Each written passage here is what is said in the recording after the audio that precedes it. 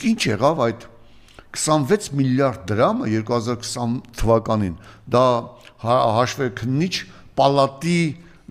ներկայացումն է ազգային ժողովում 26 միլիարդ դրամ Արսեն Թորոսյանը եւ իր հանցագործ խումբը լափել են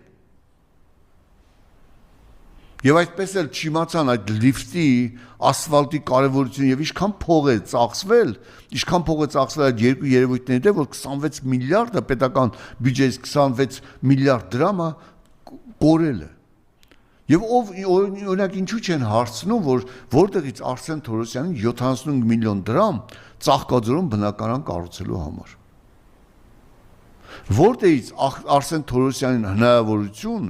15-22 միլիոն դրամանոց Տեսլա մեքենա վարելու համար, ասում են իրենը չի պատկանում, բայց ինքն է շահագործում։